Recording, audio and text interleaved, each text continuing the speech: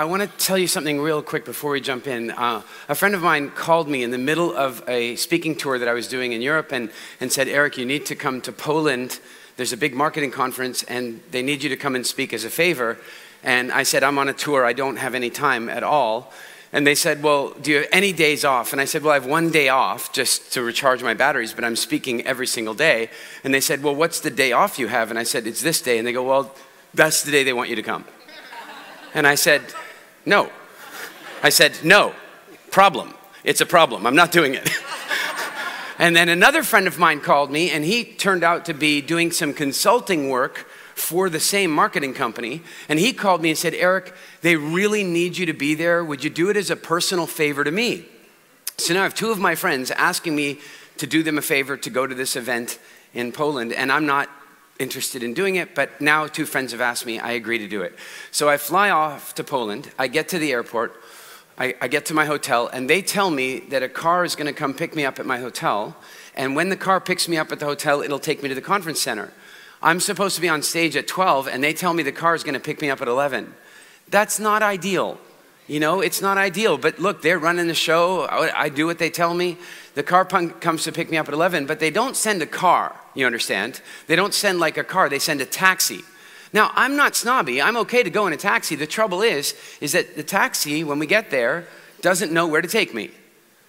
So like we get to the conference center, and it's one of these giant conference centers where there's halls, and some of the halls are bigger than this entire building. And I don't know which hall even I have to go to. And it takes us about 35 minutes to get there. So now I have to be on stage in like 20 minutes, and the taxi just drops me. And it's like, it could be a 20-minute walk away. I just don't know. And so I'm running around trying to figure this out, thinking, why did I do this favor for my friends? I should be relaxing right now. I should be recharging my batteries. I should be putting on my own oxygen mask. Is that true? Yes. Absolutely. So I finally find the hall. I run in. And there's a registration area. And the registration area says like regular tickets, VIP tickets, and speakers. So which lineup should I go to? Clearly. But I go to that lineup, there's nobody in it, but there's nobody working at that part of the table. So the woman who's right there working at the VIP section, I say, hi, I'm a speaker, I need to register. She goes, oh, that person's on a break, just join the line for the VIPs. Well, there's like 6 people in that line, and I've been watching her, and it takes her about 4 minutes per person to register them. And I'm like, I go, okay, I can do that, but it's taking you 4 minutes per person to register. And that's going to take you 24 minutes, and I'm supposed to be on stage in 8 minutes. What do you think we should do? She goes, maybe I should register you right now. So she registers me and then gets a woman to come over, and the woman comes over to take me to the main hall where the conference is. We get over there. I'm like, I have to pretty much walk onto the stage. We get into the room. It's this huge theater-style room with the elevated seating and the control booths at the top with people in them. But the one thing was missing. The audience. There was like nobody in there. There's like 12 or 15 people. And by the way, were they all sitting right here? No, 2 over there, 1 over there, 1 more over there. Like they're scattered around. And I turn and I go, where are the people? You know, I'm here doing you a favor. Where are the people? And she goes, oh, they're expecting you. They'll walk in once you get started. I'm like, really? And I know that they have all the networking area and the display booths, and there are people out there. There's 1,200 people there, but they're not in here. And I go, well, when did the conference start, the speaking part? And she says, this morning. I said, oh, are we on a break right now? And she goes, no, it's happening right now. There's a woman on the stage. I'm standing down here, and there's the stage. It's much higher. And that's the first moment I look up, and that's the moment I realize that there's a woman on the stage speaking. I've been in the room for 5 minutes and I couldn't even notice, and neither could the 15 people. The 15 people are checking on Facebook. They're looking for the bottom of the Facebook wall. Have any of you found it? Anybody? They're looking for it. They're going to injure their thumb looking for the bottom of the Facebook wall. And so that's when I realized that the woman is on the stage, and I'm going, there's 15 people, I want to leave. I do not want to be here. I'm doing these people a favor. I'm not charging a fee. It's not, I don't have programs and stuff in Poland to be marketing. Like there's a favor, and I just want to go. but I've agreed to be there, so I'm going to go. And I go, well, where's the microphone? You know, I'm scheduled to speak for 3.5 hours, and I'm frustrated, and I go, okay, where's the microphone? And she goes, it's the guy over there. Now, the room was much bigger than this room, much wider, and the guy with the microphone was way over at the other side of the room. And I go, well, don't you think we should get the microphone on? And she goes, yeah. And as I say that, this woman finishes. Nobody claps because they didn't know she started. and then the MC goes up and starts reading out my introduction. I don't have a microphone. And I'm like, she says, yeah, the guy's coming. He's on his way. And now, have any of you climbed Kilimanjaro? Anybody? Yeah, like you will know the word pole pole. It means slowly. This is the way that you walk up Kilimanjaro.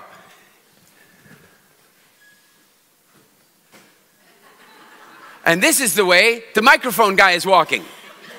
And I'm way over there. There's no way he's going to get to me in time. And as he gets to about here, the woman goes, and please welcome to the stage, Eric Edmeades.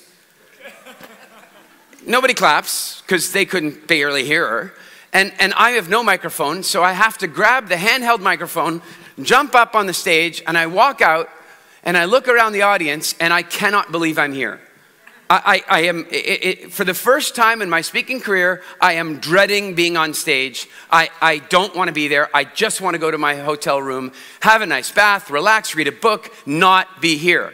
And I look out at these 15 people, and I'm standing there looking at them. They're looking at me, and we're all wondering what's going to happen.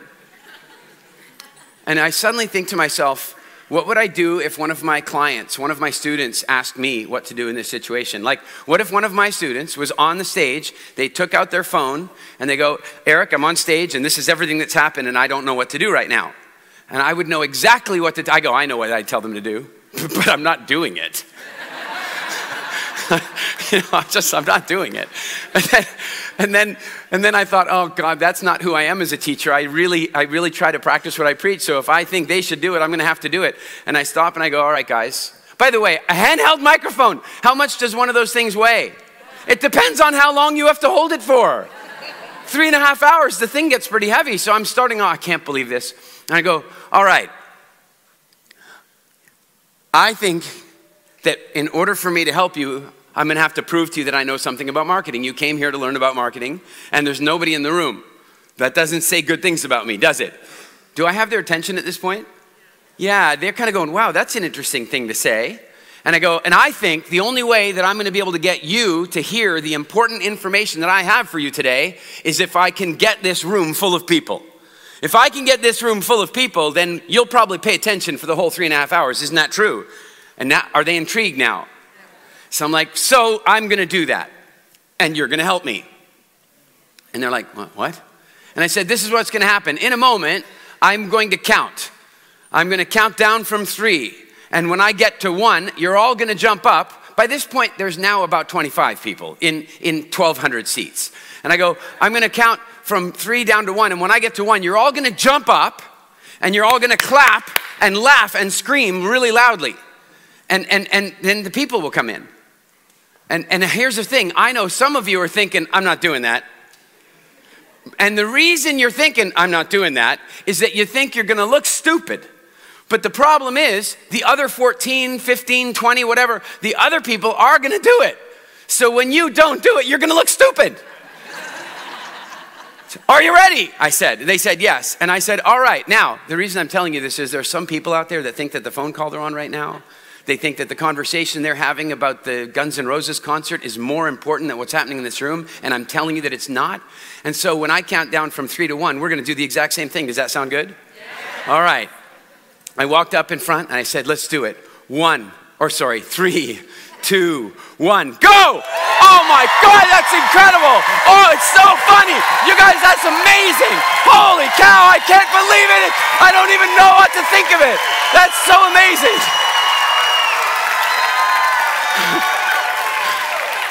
All right, we'll see if we got their attention.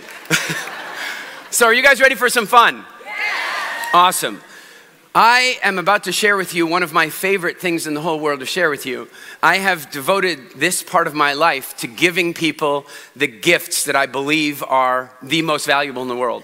I have been honored over the last 3 weeks that we've been here in Tallinn to have people walking up to me all the time and telling me the stories about how their life has been transformed from a health perspective. People are telling me about the weight that they've lost and the pain and symptoms that are gone. That their children have even, I have had people come up to me and go, after a month of watching your videos every single day, my kids started getting curious. And now they want to change their food habits and so on. And I think one of the greatest gifts in the world you can give anybody is their relationship with food. Is that true? Yes. And you know who's trying to take away your relationship with food the entire time? The food industry. And so that's my job, is to undo what they're doing. And I love doing it. And one of the other gifts that I really love to give people is the gift of communication. The gift of being able to communicate your thoughts effectively, persuasively, influentially. And the challenge is that our society has done everything it can, not on purpose, just the way it is, to train that out of us. And I think that makes life a lot harder to live. I think some of you find yourselves having an intense conversation or a negotiation, and every now and again, you walk away from that conversation and you think to yourself afterward, I wish I'd said this. Who's had that feeling? I'd like it to go away. I'd like you to not have that feeling. I'd like you to say the things that you want to say. I'd like you to express yourself the way you want to express yourself. I suspect that if you do that, it will change your relationship with you. It'll change your significant relationships, your romantic relationships. It'll change your relationships with your parents. It'll change your relationships professionally. It'll change everything. And for those of you who are interested in getting an incredible professional advantage, I'm talking the biggest professional or business advantage possible. What we're going to do today is going to be unbelievably valuable. And I'm going to give you some of the sort of theory and science behind this. Now, this is going to be shocking for some of you, especially those of you that are younger. There was a time before the internet.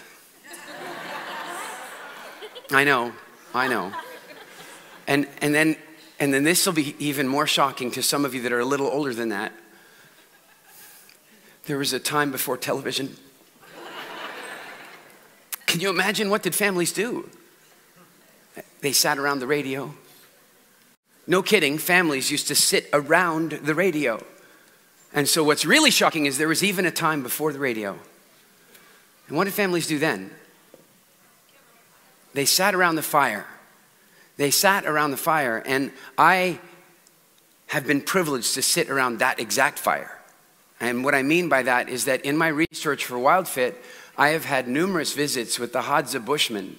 And the Hadza Bushmen live very much the way most of our ancestors did for most of our history. And they sit around the fire. And I want you to think about something.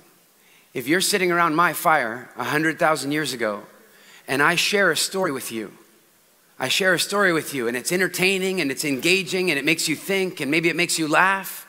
But in that story, I tell you about the time that these big white rhinos tried to kill me. Because they really did. I'm not kidding you, it really happened to me. And I'm standing there and these big white rhinos are running toward me.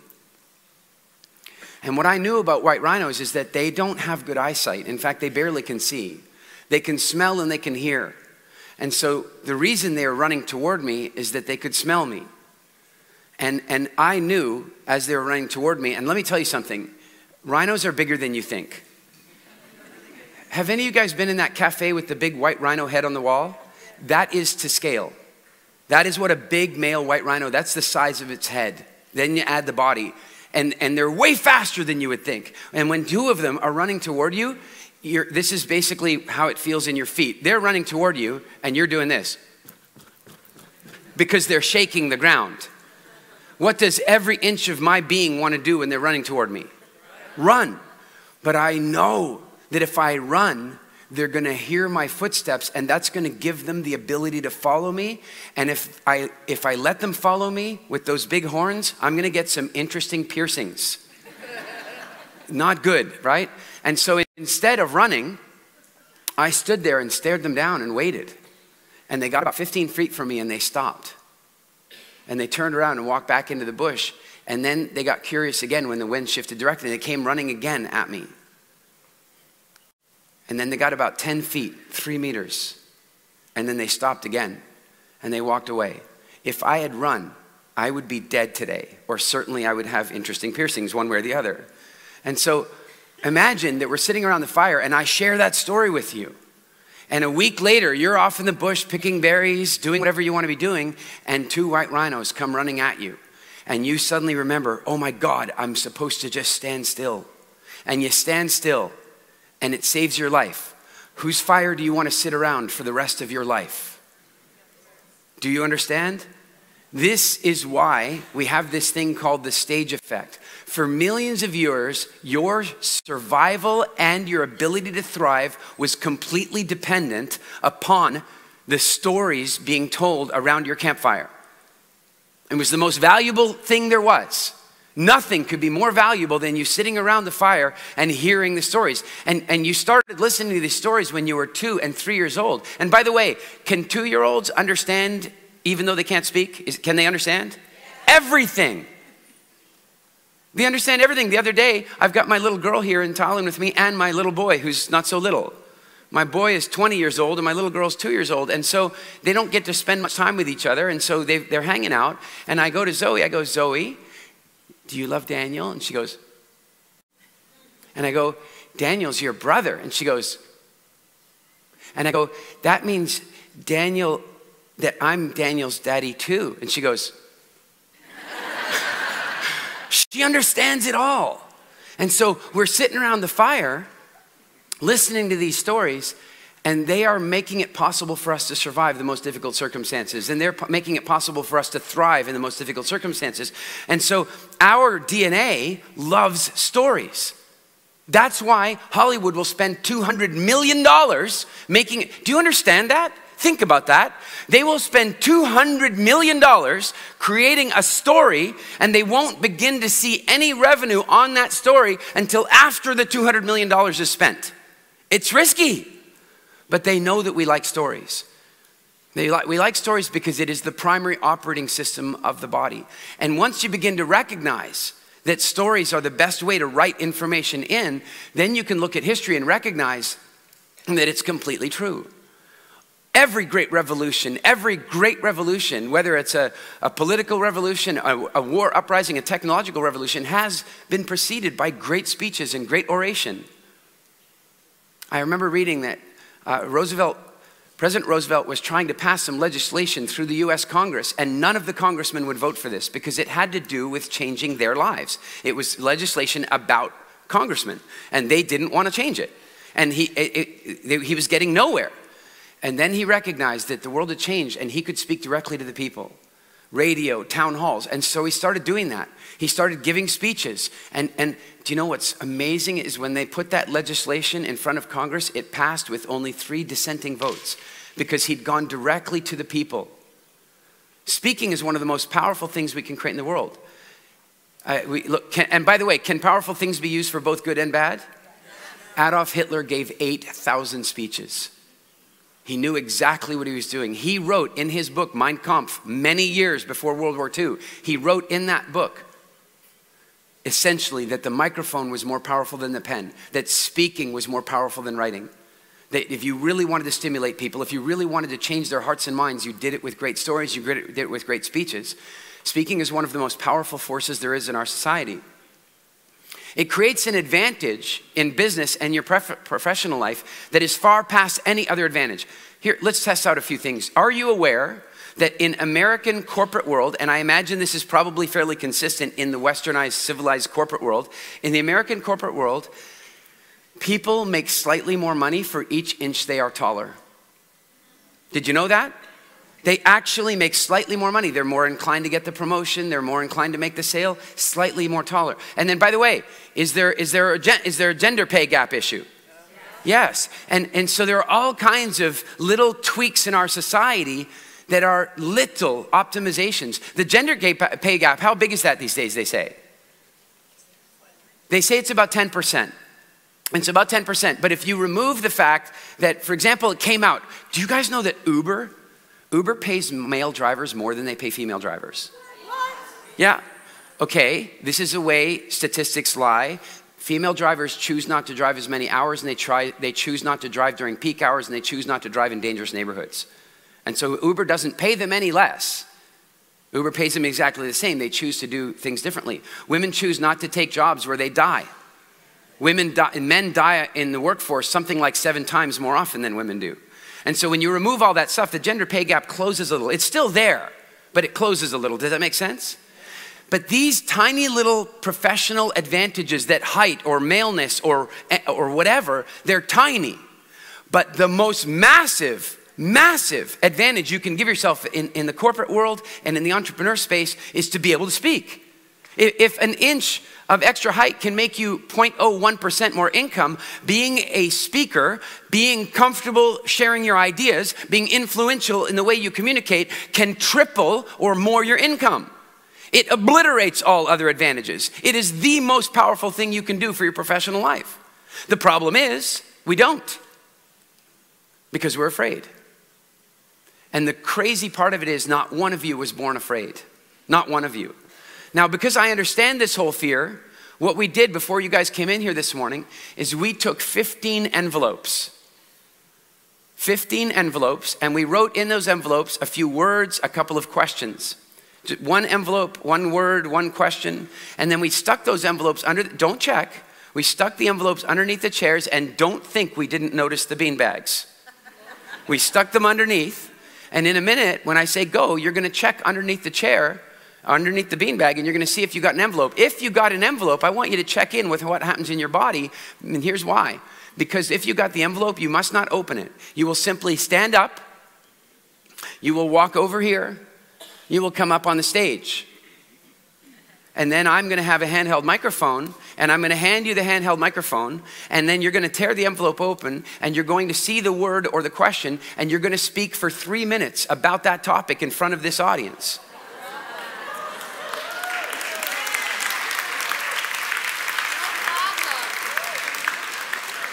I will tell you that one of the words is orgasm. Another word that's in there is Brexit. Another word that's in there, Donald Trump. So, who's ready? Go ahead and check. Okay, stop it. There are no envelopes.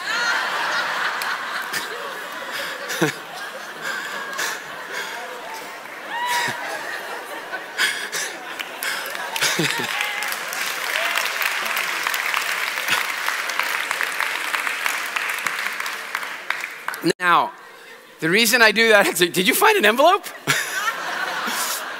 I do sometimes have envelopes, so they might be stuck under there. The reason I did that is there were a variety of different emotions that came up in the room.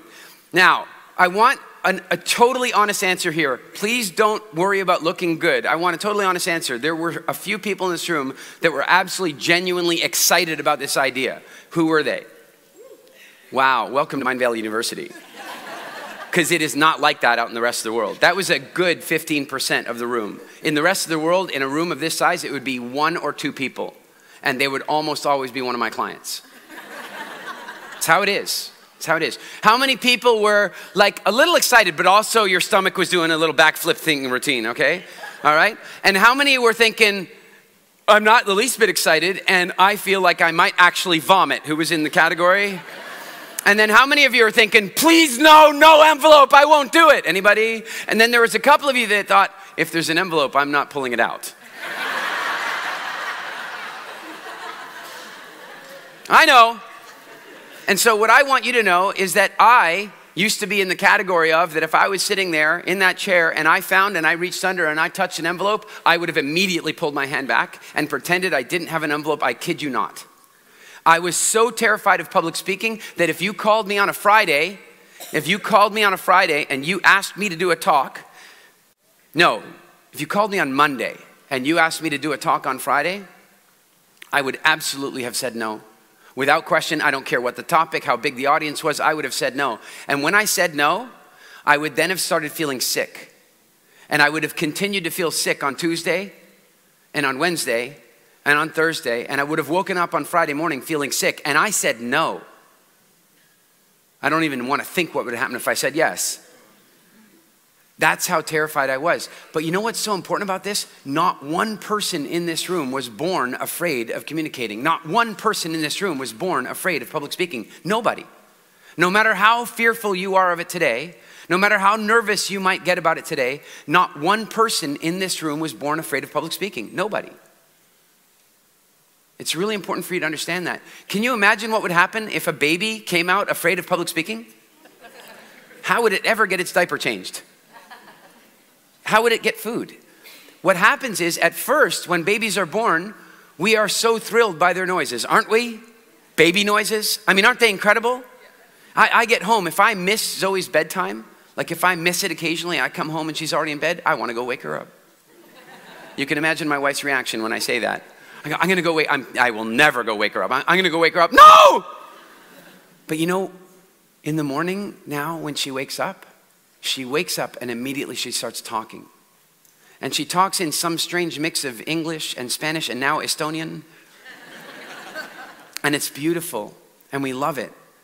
And most parents do. But then there comes a point in time after the age of 3 and 4 where the talking isn't so great. Where you're on a plane and the child is being too loud, and that's where you're trying to go, shh, shh. Indoor voice. Think before you speak. Children should be seen and not heard. And it begins.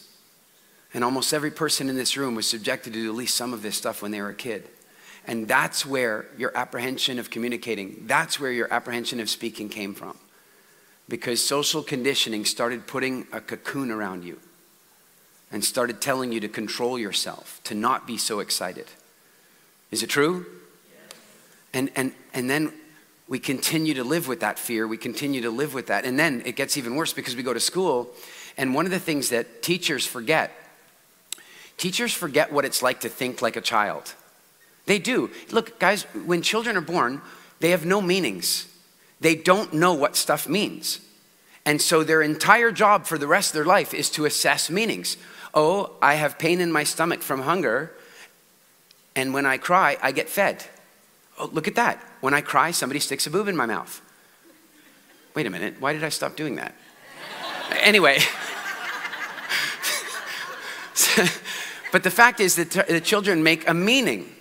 They make a meaning, and then they continue to make more meanings. And the problem is that some of the meanings that we make when we're children, they become rules that we then keep.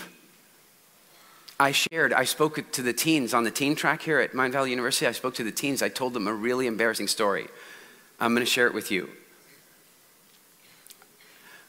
One day I was eating an apple. I was eating this apple. I was about 6 years old. And then I decided that I needed to use the washroom. So I went into the washroom in our house. I went in, closed the door, put the apple up on the shelf, went in and did my business. I won't act that part. Finished up, flushed, washed hands, grabbed the apple, took a bite, opened the door, and walked out. And my mom was standing there. Now think about this from my mother's perspective. All she heard was toilet flush, and son walking out with apple in his hand that he was eating while he was in the bathroom. How does my mom feel about this? Not good, right? So my mom goes, Eric, you can't do that. And I said, what?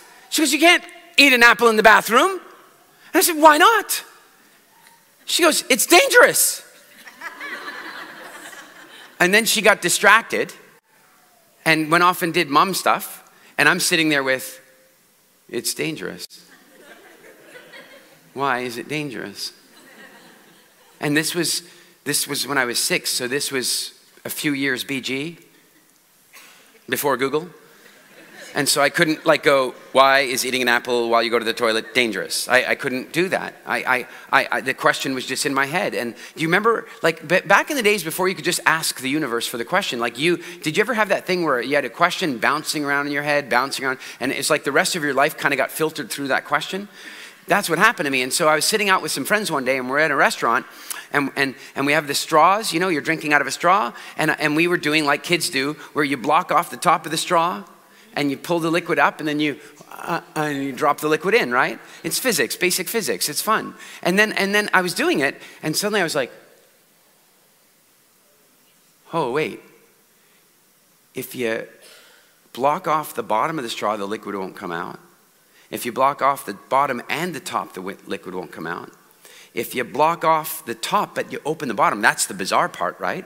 You block off the top and it won't run out the bottom. Maybe we're the same. Maybe the danger is that if you swallow and open the top, at the same time that you poop and open the bottom, you just fall out. I figured it out. She's right, it's bloody dangerous.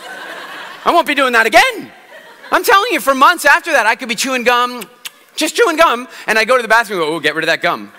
Wouldn't want to have an accident, you know, where I slipped out of myself. And so children are doing stuff like that all the time. Is it true? And so we forget that. And so you're in a class and you're teaching, if you're a teacher, and you want to teach the children a bunch of things. You want to teach them the curriculum, but you also want to teach them how to learn. Is it true? And so you're teaching the class and you recognize that one of the students, JB, is just not paying attention. All distracted by her recent nuptials. She's just not paying any attention to my class. And so how am I going to teach her the lesson to pay attention? How am I going to teach her? I'm going to call on her. You see, what I'm going to do is I'm going to teach something, like I'm going to teach the great story of the War of 1812. Most of you that are from America have no idea about this war, but this is where America decided to invade Canada and take over. They invaded Canada with numbers 7-1.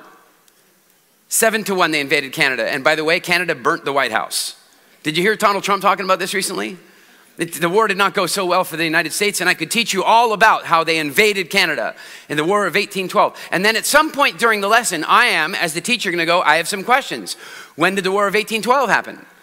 And a number of students are going to raise their hands. Which students are going to raise their hands? The ones that have been paying attention and know the answer. Teachers will typically not call on the children that have raised their hands. The teachers, when they ask you a question like that, it's just a poll. They just want to know how many of you got it. And so if you raise your hand, they know you got it. If you don't raise your hand, you're asking for trouble. I figured this out young. I taught the kids this, by the way. I taught them a trick I had in school. I'll teach it to you. I went to school and I hated that because I didn't like school very much because I would typically pick stuff up on the first pass. And do teachers stop on the first pass? No, they teach it again and again and again, and it would drive me crazy. So I got into meditating. They called it daydreaming. Now I know it's meditating. But I got into meditating, and I would be doodling and meditating out the window, and then the teacher would call on me, and I didn't hear anything, and then I would feel like an idiot, and I would feel stupid.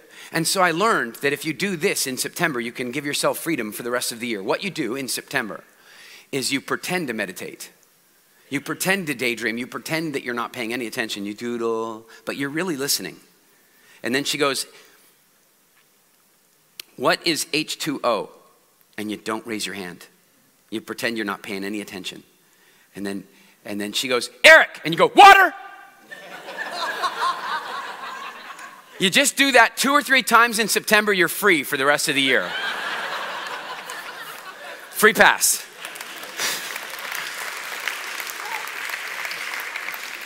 Now the trouble is that when children do this, when teachers do this, what they're trying to do is teach JB the lesson. They're going, when was the War of 1812? JB doesn't raise her hand. JB, when was the War of 1812? JB wasn't paying attention. Now in that moment, is she maybe going to get startled? If she gets startled, what kind of chemicals is her body going to produce? Cortisol, adrenaline even. And if she produces cortisol and adrenaline, here's something that a lot of people don't talk about, but the minute you start producing cortisol and adrenaline, you step back in time in your brain. You go to the more primitive parts of your brain. The more scared you are, the more primitive you go. The idea is if you're scared, you become pessimistic. It's safer that way. You see, if you're walking along in Africa and you suddenly see some lion tracks, that'll startle you. Tell me, it's happened to me. It'll definitely startle you. And in that moment, every rock that could be a lion starts looking like a lion. Is that true? Is that safer than mistaking a lion for a rock? Of course it is. And so when we have some adrenaline and cortisol, we become slightly more pessimistic and we lose touch with our proper brain. And so in that moment, even if she knew when the War of 1812 started, the answer is in the question after all, she might not know it. Is that possible? And so I go, JB, when was the War of 1812? And she's like, 1814?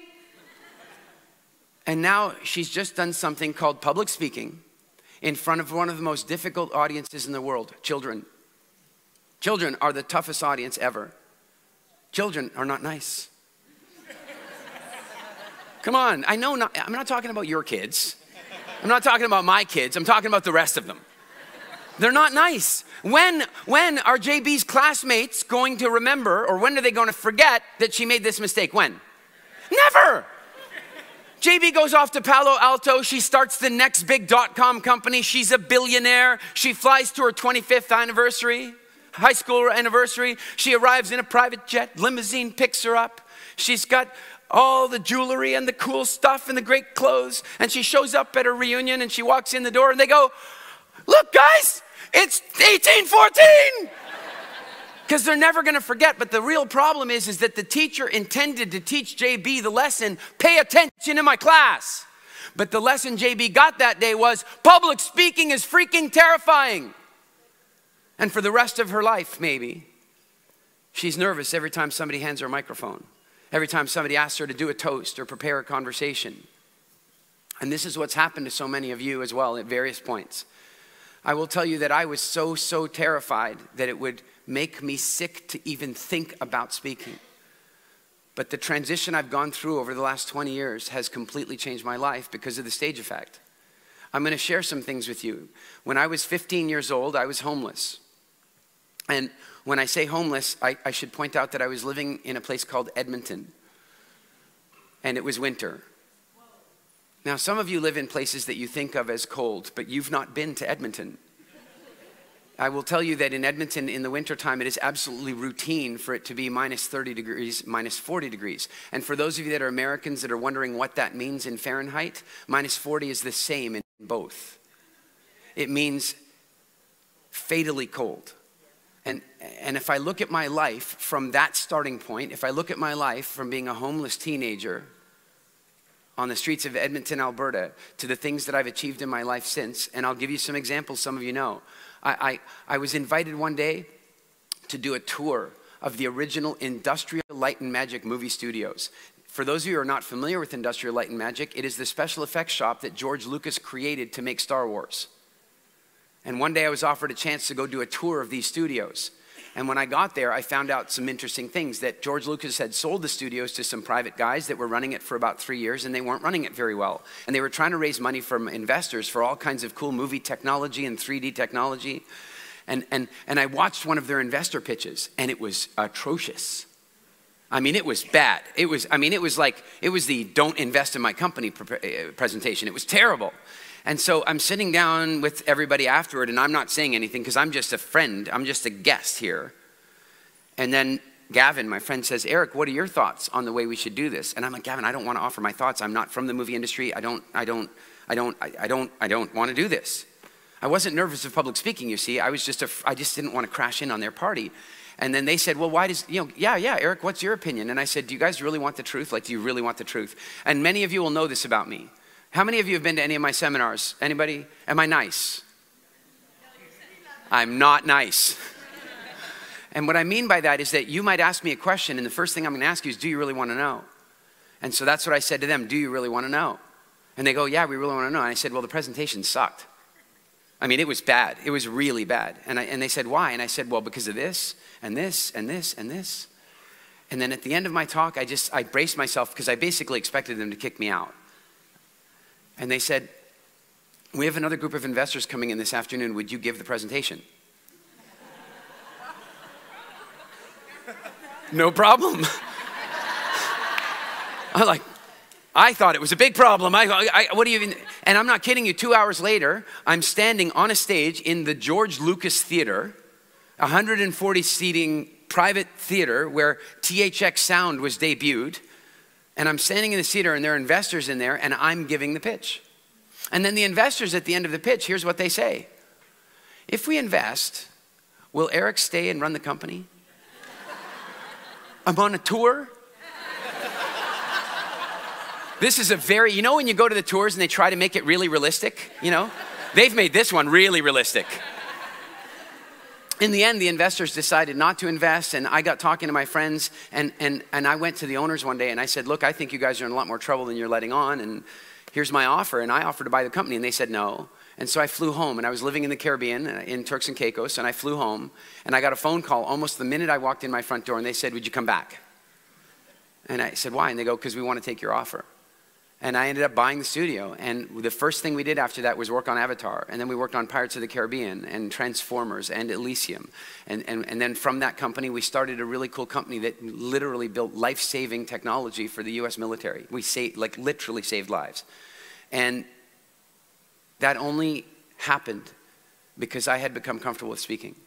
I got another phone call one day and they said, Eric, could you come and do a talk here in Vancouver, Canada? And I said, that's great. I don't think I've spoken. I left Canada when I was in my mid-20s and I'd love to come back and do a talk in Canada. And I gave this talk. And at the end of my talk, the woman says, would you come back and do another talk during the Olympics? I'm like, sure, that'd be great. I go home. She calls me a few weeks later and she goes, Eric, I need your help with this event in the Olympics. I said, sure, what do you need? She goes, well, we're setting up, it's the city of Vancouver, and we're setting up this host program where every 4 days of the Olympics, we have a different group of people coming in from different industries in the United States. So the construction industry, the medical industry, the legal industry, and so on. And she says, the trouble is that we want to get the people from the visual effects and movie production industry to come, and we can't get them to show up. We just can't get them to show up. And she goes, why won't they come? And I said, oh, well, when you're in the movie industry, you just get invited to everything. It's just the way it is. It's the sexy industry and you get invited to everything. So pretty soon you learn you have to say no to cool stuff. I'll tell you, by the way, one of the coolest ways you can accelerate your manifestation in life, one of the coolest ways that you can accelerate your ability to manifest incredible financial freedom is to become totally okay with celebrating saying no to cool stuff. FOMO can be one of the single biggest blocks to your manifestation. Fear of missing out can absolutely get in your way of creating an incredible financial future, and I'll tell you why. Think about Richard Branson, who wakes up in the morning. How many things can he do that day? Anything. He can do anything that day. With who? With anyone. If Richard Branson called any of you in this room and said, hey, do you want to come out with me, go for a little boat ride or something tomorrow? Who's going with Richard Branson? He can call anybody at any time and do anything. But what that also means is every single day, there are 9,000 incredibly cool things that he's not going to do. And he probably had to get okay with that because some of you, when you have a fear of missing out, it's painful. Who feels a little pain when they're missing out? That pain is something your subconscious mind will do anything it can to avoid. And so that includes holding you back from creating those opportunities in the first place. So now what you do when you have a fear of missing out is you don't have a fear of missing out. You have a new thing. It's the celebration of missing out. I celebrate when I miss out. Just a few weeks ago, we had our first ever Wildfest conference. We'd set it up, it was done, it was booked, and then I, no kidding, got the invitation to go to Richard Branson's private game reserve in South Africa and hang out with him. And I had to say no. And you know how I said no? I said, no, how cool is it that I have to say no to that? Does this make sense? And so the problem is these people in the movie industry, they've gotten really good at that. They just say no to all the cool invitations they get. They just say no. They don't have to do it. And she goes, but how could we get them to say yes? And I said, I'll tell you. The only way I can imagine you're going to get them to say yes is if you book the last 4 days. You book the last 4 days of the Olympics and you get tickets to the closing ceremonies because it's the coolest thing. And you get tickets to the gold medal hockey game. In Canada and America, this gold medal hockey game was going to be one of the most sought after sporting events in the history of sports for North America. And the woman said to me, that is never going to happen. Never going to happen. Those tickets are the hottest tickets in the Olympics. We're never going to make it happen. And I said, I know. That's why I said, do you really want to know? Like, that's the only way you're going to make it happen. She calls me back 2 days later and she goes, we got them. She goes, we got a block of tickets and we got them in the coolest section. Right there in the club section, we got tickets. Will you be there? What was my answer? Yes, absolutely, I will be there. I wouldn't even want to say no problem in case she only heard the first word, right? Absolutely, I will be there. And then the rest of the industry showed up because we'd made it so cool. Then I went to go do a presentation because that's why I was there. I gave a presentation, 15 minutes. Not motivation, not inspiration, just boring ass stuff about the film industry. Just stuff about how the work we did on Avatar went and how 3D technology is changing the movie industry. Nothing exciting. And then all of a sudden, this guy walks up to me, Hu Bo, Chinese guy from Shanghai. He was one of the producers of the Beijing Olympics. And the way the Olympics work is that the last city helps the next city produce. So he was there helping Vancouver produce the Olympics. So he happened to be at my talk. He walks up to me and he goes, Eric, that talk was fantastic. He says, it's the best one I've seen in the whole program. He says, I'm working on a movie right now, a big feature, a movie about the Sun Tzu's Art of War scrolls. And it's going to be like a $200 million movie. It's going to be like Avatar. And the government has already agreed to fund it, but they've told us that we need to fund a smaller movie first to prove that we can make one. He says, do you have any 3D movies that you would like funding for? Even if I didn't, I just go to the bathroom, grab a toilet roll, and write the damn thing. I mean, if somebody's offering you funding for your movie, yes, you have a movie. Just practice. I just want you to practice with me. Right now, how many of you right now do have a movie? Okay, just a few of you. No, just wait. Actually. Now, I'd say something different. I've got money for somebody who has a movie to produce. How many of you have a movie to make? Excellent answer. Excellent answer. 2 months later, he sent us $250,000 to go into development on a project we were working on. Why did that happen? Because I'd overcome my rubbish, I'd overcome the garbage, and I'd gotten comfortable with speaking. It has opened so many doors for me that I can't even begin to tell you. Who wants to know my recipe for getting on stage at A-Fest? Anybody want to know that one? I don't know, that didn't seem like there was a lot of excitement for that. I'll tell you the way it works. Some of you have studied inceptive marketing with me. So here's what happened. I had made a decision, not only that I wanted to get on stage at A-Fest, but I'd made a decision that I wanted my products published on the Mindvalley platform. Here's the bizarre bit though. At the same time that I made that decision, Vision had made a different decision. And that was that Mindvalley no longer wanted to produce quantity. They wanted to focus completely on quality. They wanted best of breed authors. In other words, they were going from 80 authors down to 14 authors. And I had made the decision that I wanted to be one of those 14 authors. Does this sound like an easy goal? No. And so let's back up. When we talk about marketing, when we talk about influence, it doesn't work like it used to in the 80s. In the 80s, what you did for influence was you just talked about how good you were. You talked about your features and benefits. You talked about how great you were. You advertised yourself. That does not work anymore. Do we agree? It's over. And now what we have to do if we want to influence people is we have to think about them. We have to think about them. We have to think about them and talk to them about, in fact, I want to do a funny little thing. I need some parents. I need parents. I need parents that are sitting beside each other. Are you sitting beside each other? Have we played this game before? Okay, good. They are now my parents. And I am a 14-year-old child. And I would very much like to go to Disney World. Now, in the traditional world of children, how am I going to convince mom and dad that I get to go to Disney World? How am I going to do it? Help me out, coach me on the traditional world. How would I do it? I'm going to go tell them what I want, right? I really, really want to go to Disneyland. Say no. No. Now what do I try now? Begging, please. I'll clean my room, bribery. Is it true? Right? And then, guilt. But all the cool parents are sending their kids. Will kids do this stuff? Absolutely. Well, I'll tell you something. You might think that kids do this stuff. I've seen some of your websites. You're doing this. You're just talking about you on the website. I want you to buy my product. Let me tell you how great my product is. You're not giving them value. So if I think of it differently, wait a minute, who's my ideal target market? My parents, aren't they? All right, so if I want to influence them, I need to learn everything I can about them. What are my parents worried about? What are they thinking about? They're thinking about me. They're thinking about, am I safe? They want to make sure I don't get somebody pregnant, that I don't have the police bring me home. They're thinking that I want to get a good education. Is this all true? All right, now, my parents are thinking about that stuff. Got it.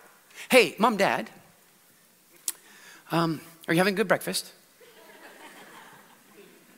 I just wanted you to know I've been thinking a lot lately about my university education and, university entrance requirements. I've been thinking a lot about that.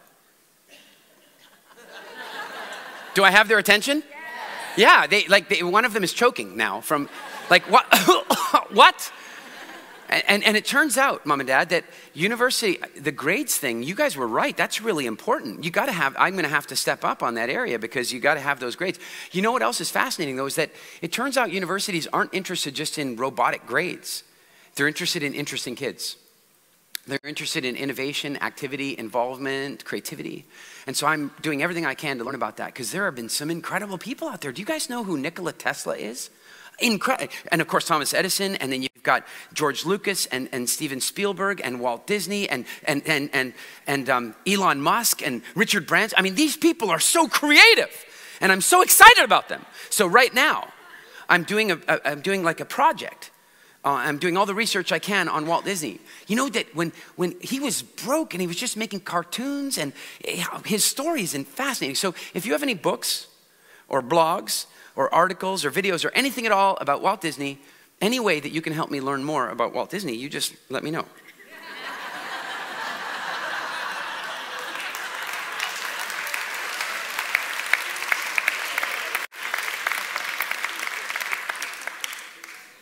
Whose idea is it going to be?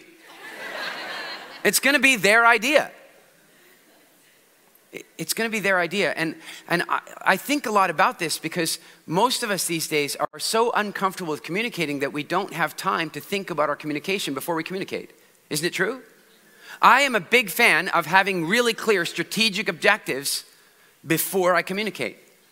Before I walk on stage, I have a list of strategic objectives. One of them is always to have fun. It's always like that for me. I won't go on stage if it isn't fun, ever since Poland. By the way, in Poland, did I end up having fun? Yeah, because it was one of my strategic objectives.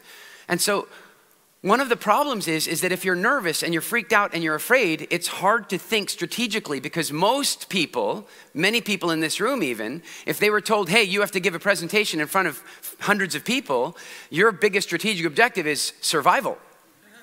Isn't it true? It's just to get through it. It's just to get to the other side. In fact, some of you will come up and you'll do a presentation and you'll do really well. You'll make people laugh. You'll give some good ideas. You'll walk off the stage and you'll have instant stage amnesia. You'll forget everything you said. Who's had that experience? That's adrenaline and cortisol. When you walk up on stage with adrenaline and cortisol, you mess it up. And you don't give yourself a chance to learn. So I'm going to give you a clue, one of the biggest clues you can have in starting to get really comfortable with being on the stage. Never ever tell the audience that you're nervous. Never ever show them with your body that you're nervous. Never let them hear in your voice that you're nervous. Don't do it. How many of you have gone out to do a talk, you've been a little nervous, you've really kicked butt, like you've actually done really well. Once you got into it, you made them laugh, you started to feel pretty good, and then you got off the stage and it was good. And then people come up to you and told you how good it was, and yet somehow you were still nervous the next time. Who's had that experience? The reason you had that experience is that you came off the stage and you walked around and people came up to you and they told you what a great job you did, and you didn't believe them. You didn't believe them because you showed them that you were nervous. And so because you showed them that you were nervous, you believe that their praise of you, that their warm words for you are platitudes and lies. What you have to do is you have to recognize that if you tell them you're nervous, the reason you're doing it, the reason that you're saying, oh gosh, I'm a little nervous today, is you're fishing. That's why you're doing it.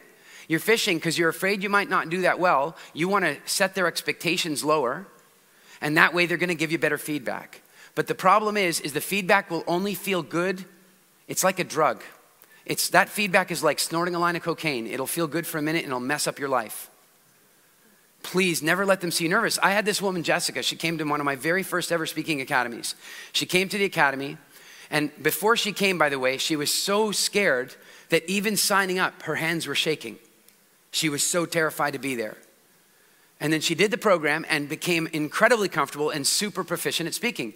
And so sometime later, I used to offer this service where people could send me videos and I would do a video breakdown of their talk for them.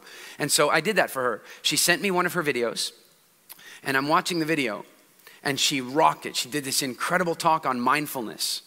Beautiful talk, beautifully delivered. And she came to the very end of the talk and then she did something that told the audience how hard it was for her.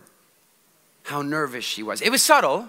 It was super subtle. I don't know if I'm going to show it to you. You might not even see it. It was so subtle. But it kind of went like this. She finished her talk. She, no kidding, got a standing ovation. And at the end of the standing ovation, just see if you can see it. It was a little, like, you know, in poker, you have the tell. You know, when you're trying to bluff, you have the tell. And so she just gave it away a little bit. Here it was. Everybody's clapping and she goes like this. Did you see it?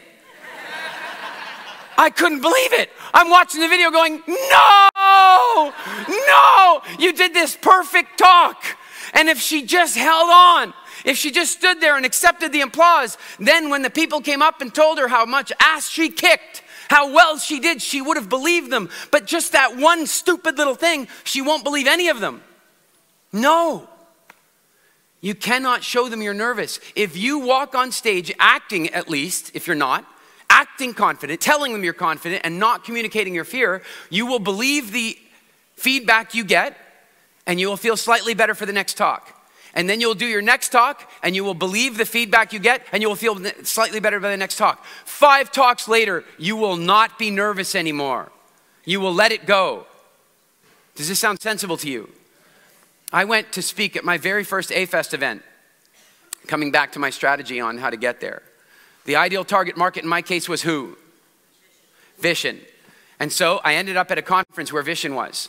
And what I know about Vision, because I'd done a little bit of research, is I knew a few things about him. One is that he has a very selective way of putting his attention on things. He has a very high value system of what he's going. He does not waste his attention. Do you understand? So if he goes to a conference, he's very clear about which speakers he already wants to see. He knows that. And the rest of the time he's working, he's on his device, he's making things happen. He didn't know me, so was he going to come and see my talk? No. And so I'm sitting on a bus going on some tour and I notice I've got Vision nearby and I go, Vision, I want to do a little more market research. Sometimes the best place to do your market research is with your market. And so I go, Vision, I want to ask you some questions. I'm curious. What are you interested in these days? And he goes, oh, I'm super interested in biohacking. And I go, that's amazing. That's what I'm speaking about tomorrow. Now.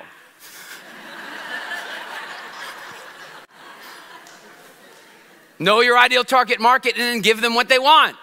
As it turned out, I was talking about evolutionary biology and evolutionary psychology, which in my opinion is the foundation of biohacking. I wasn't going to say that in my talk, but now I thought maybe I should address it. And the other thing I knew about Vision is that he really values solid educators. Have you guys noticed the quality of the people he brings for you to learn from? He really values solid educators. And one of the ways he measures them is, can they hold an audience's attention?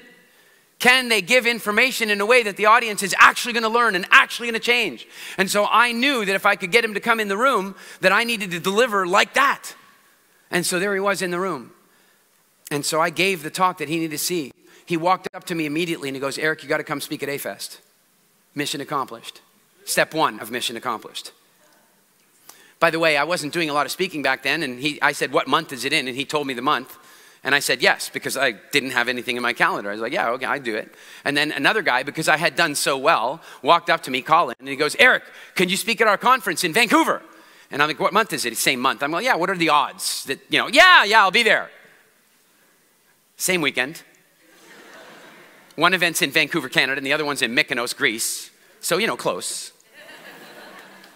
And so I go off to Vancouver, and I do my talk, and I get off stage, and I normally would like to stay and, autographs and pick selfies and all that kind of stuff that people want to do, but I could not. I literally went from the stage to the limousine, to the airport, to the 3 flights, to Mykonos. And here's the funny thing I didn't know, is that Mindvalley had arranged a hotel room for me. I didn't know that. I didn't know anything. I just went there myself, and I had already booked my own hotel room.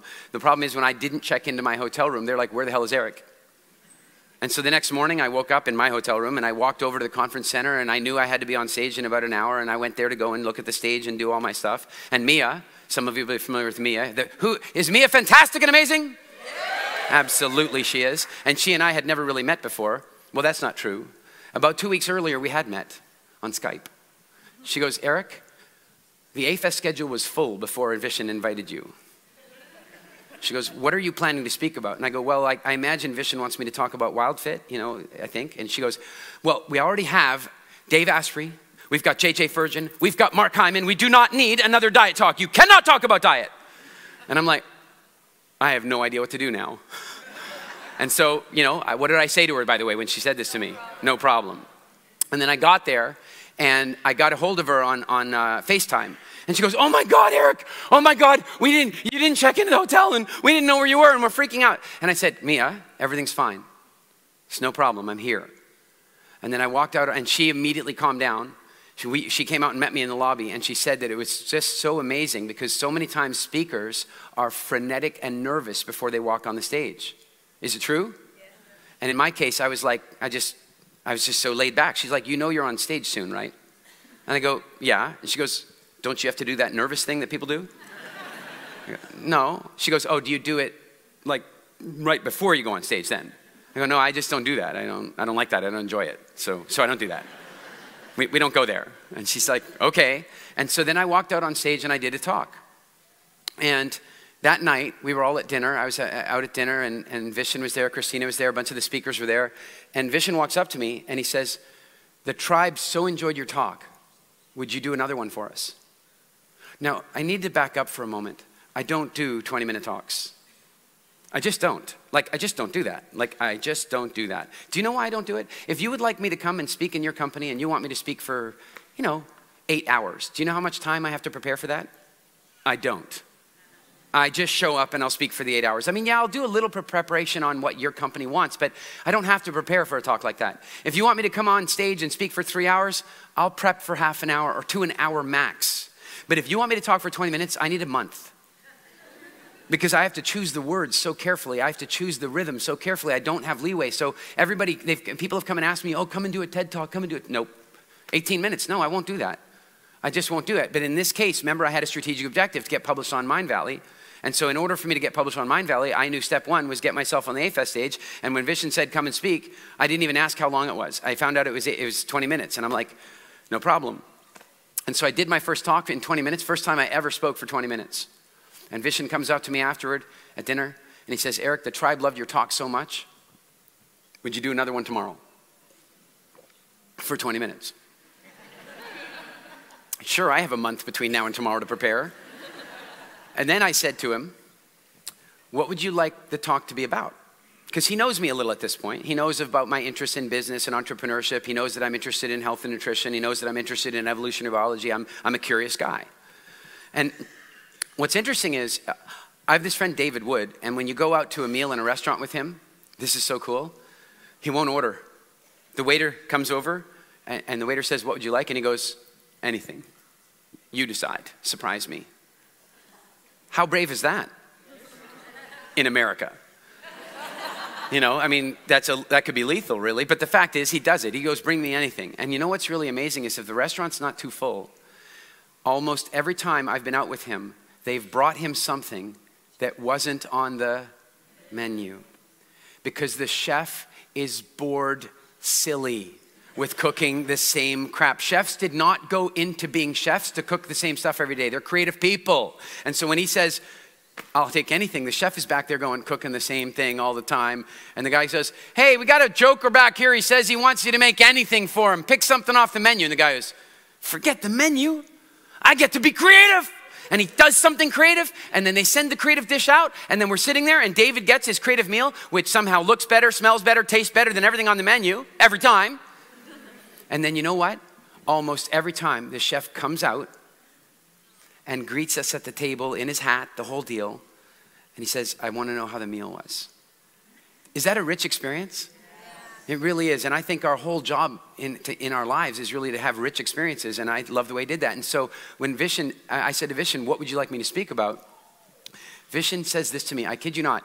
And I want you to understand, Mindvalley controls things tightly to make sure they're delivering the high. Like every minute is accounted for. First of all, I don't know where he found an extra 20 minutes for me. You never have an extra 20 minutes at a conference, ever. Because speakers quite often go overtime, which, by the way, you should never do. Not ever should you go overtime. But sometimes speakers do, and they shouldn't. But the problem is, conferences never have a spare 20 minutes. I'm amazed at where this has come from. It turns out, he told me later, that he took it out of his presentation for me. And so then I said to him again, I said, well, what would you like me to speak about? And this is what he said to me. Anything you want. I don't have to go from the menu. I'm like, I went back to my hotel room and I said, oh my God, what could I do? This is so incredible. And then I broke one of my most incredible rules, and that is never, ever break a topic out in front of a fresh audience. You practice stuff, right? Forget that. I'm going to do something amazing. And I'd been working on a project. I've been working on this book called The Hindsight Window, and it's something I was super excited about, and I decided that's what I'm going to do. And the project had been mostly being worked on in my journal and my book, and I hadn't really thought much of it, and I suddenly thought, wow, if I'm going to go talk about the Hindsight Window in front of all these people, I better register hindsightwindow.com now. So I went off and registered the domain that night, no kidding, and then I went out on stage. And I started like this, and I don't remember it completely word for word. But basically, I walked out on stage and I looked out at all these incredible people and they were so warm to me. I'd already been on stage the day before. And I walked out and I said, I am so excited about this next talk. I want to tell you that I believe this talk is going to have a major impact on you and you are going to remember it for years to come. Was I nervous? Not at all. Not at all. That was my truth. My truth was I believed I was about to give a talk that was going to change their lives in 20 minutes. That it was a talk that they would remember for years to come. And do you know that I have had, and still to this day, 2 years later, about once a week, somebody still writes to me now because they see it online and they tell me, Eric, your talk changed my life. But even bigger than that, after I gave my talk and I bumped into people, because one of the things I love so much about A-Fest is that at a lot of conferences, you kind of, as a speaker, you kind of come in, you do your thing and you're out. But at A-Fest, it's like community, right? So that means for the next couple days, I'm on the beach, I'm out on a catamaran, and I'm hanging out with the audience, and I get to hear from them. And you know what? People came up and told me, they're like, oh my God, Eric, you really touched me. I really enjoyed your talk. It was so funny. It was engaging, blah, blah, blah. They're telling me all this stuff, and I am believing them because I wasn't nervous. It's so important that you do not show the audience your nerves. Does this make sense to you? Now, couple more things I want to share with you about getting super comfortable with being on stage. Super, super comfortable. One of them is that your breathing has everything to do with how safe you feel. The way you breathe has everything to do with how safe you feel as a human being. And I believe that this is a design of the Homosapiens frame. And it works like this. You've got lungs. And at the top of your lungs, the little hairs that extract oxygen from the air you breathe are more sparse up here. And they're more dense in the lower part of your lungs. Now, if you didn't know our history, you might think this is a terrible idea, right? Yeah, I mean, you might think this is a terrible idea because where do people spend most of their time breathing? Up here. They breathe up here all the time. The trouble is when you breathe up here, you don't get quite enough oxygen. And if you don't get quite enough oxygen, your brain gets oxygen starved, and then that triggers cortisol and adrenaline production. It's by design, though. It now seems flawed because we spend so much time sitting down and crunching up our lungs, so we're constantly producing this flow of adrenaline and cortisol when we sit at a desk for too long. It's one of the reasons. Have you ever seen the brain scans where they show a brain of somebody who's been sitting for like 30 minutes, and they show somebody who's been walking? The brain scan of the person who's been sitting, it's out. There's no flow in there. There's no electrical circuitry going on. It looks like New York in a power outage. But if you look at the person who's been walking around, it's like fireworks inside there. And I think one of the reasons for that is that when we sit down and we crunch up our lungs and we breathe only in the top, we switch back to reptile brain. And we stop being able to think really consciously. And then a problem with that is that if we breathe like that, what did we say earlier? If we breathe like that and we produce cortisol and adrenaline, we become naturally more pessimistic. I wonder if this is why so many antidepressants are out there these days. Couldn't be. Couldn't be related to that at all. But it's a perfect design of Homo sapiens. We are meant to be that way because for most of our history, we didn't sit at desks. Now, I want you to imagine for a minute, if you and I are walking along and we stumble upon some lion tracks on the road. We stumble upon these lion tracks in the dirt. Where are you going to start breathing? How are you going to breathe? Will you breathe? What do you think? You tell me, would we walk along and see the lion tracks and go, oh, look, lion tracks? Would we do that? No, we would not. We would look at them and we would only do one of two things. One would be to go and stop breathing. Instant way to produce adrenaline and cortisol. Why? Because we want to switch to reptile brain as fast as possible. We want the fastest possible reflexes at this point. Is it true? And the other way we might breathe is to go, same thing, right? Same thing. We're going to produce adrenaline and cortisol, which is going to move us to reptile brain, so we are only going to be operating on instinct. And when we are only operating on instinct, everything will look scarier than it really is because that's safer, okay?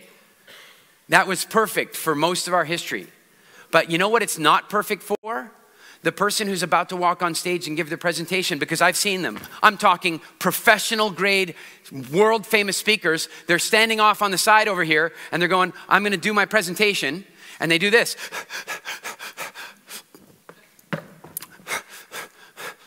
And they're breathing like this the whole time. Ooh, I feel scared now doing it myself. Don't do it. I want you to know that when you breathe really fully, you communicate to your DNA that your environment is safe. This is one of the reasons that meditation is so incredibly powerful. We can talk about esoteric things and energies flowing around the universe. Yeah, fine. We can also talk about the practical reality of this machine.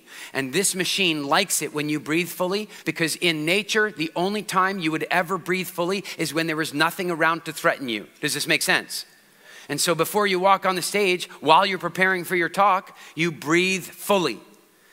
When you breathe fully, you will make your body feel safe. Next thing is your eyes. They say the eyes are the windows to the soul. Well, I would put to you that the eyes are also absolutely connected to your sense of well-being. When you are afraid, you use your eyes in a very focused way. Again, we walk along, we see the lion tracks. Will we gaze at them or will we stare at them? You go, oh, look, lion tracks. No, it's going to be lion tracks. What do we want to know right now? Quick, what do we want to know? What direction are they going in? That's useful. How about how big are they? Do you have any idea? How many of you have ever seen a lion like in a zoo or something?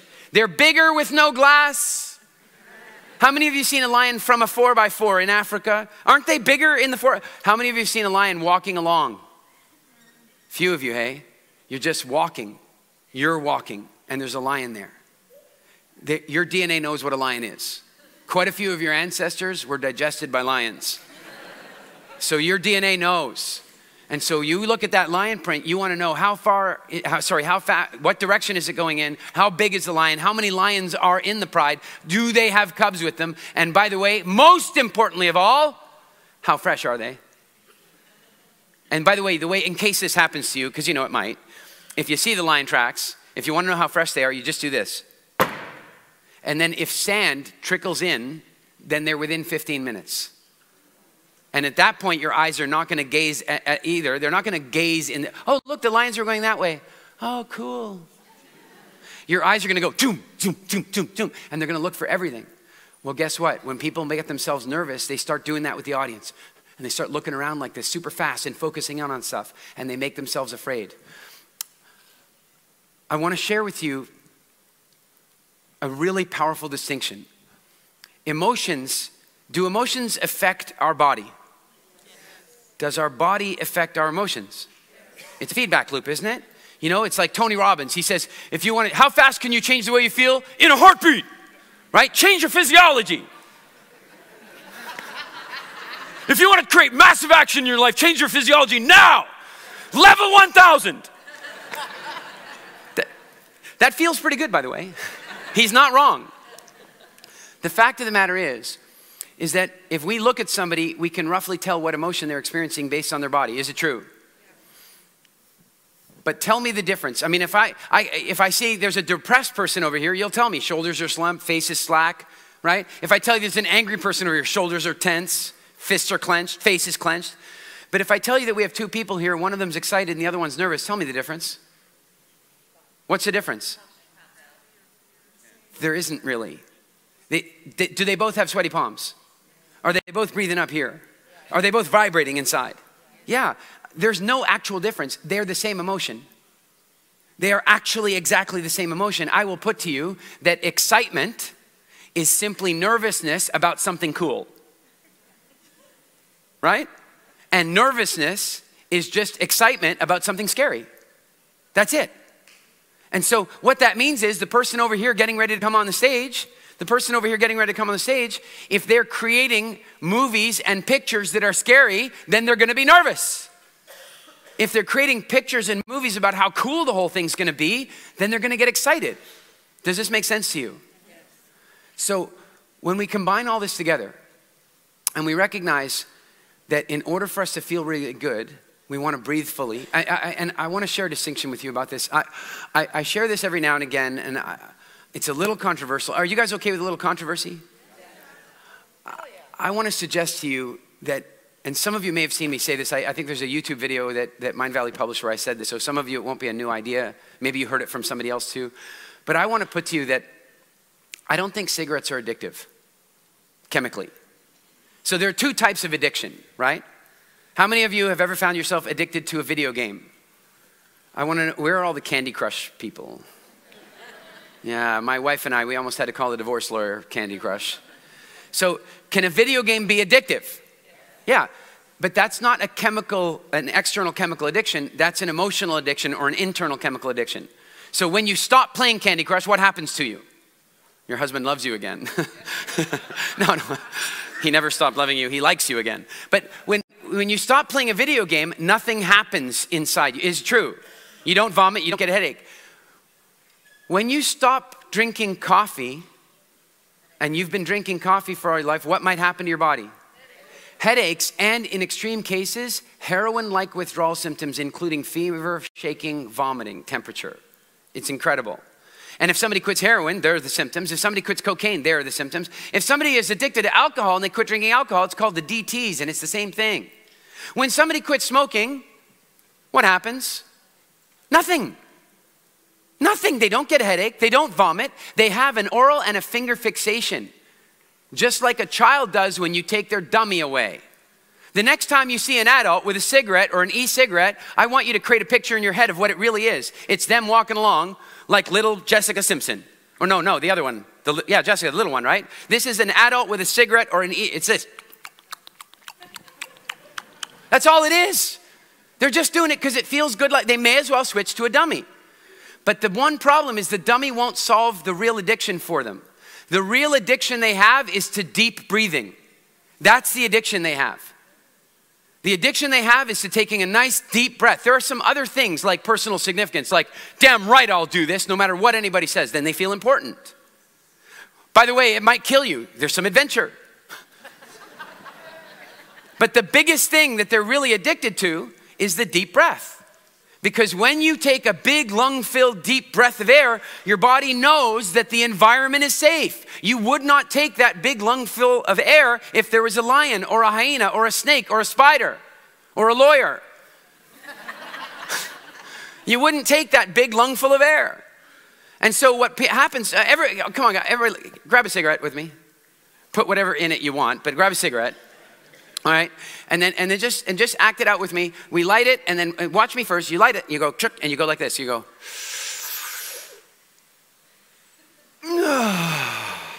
Okay, everybody do this with me. Ready? Here we go.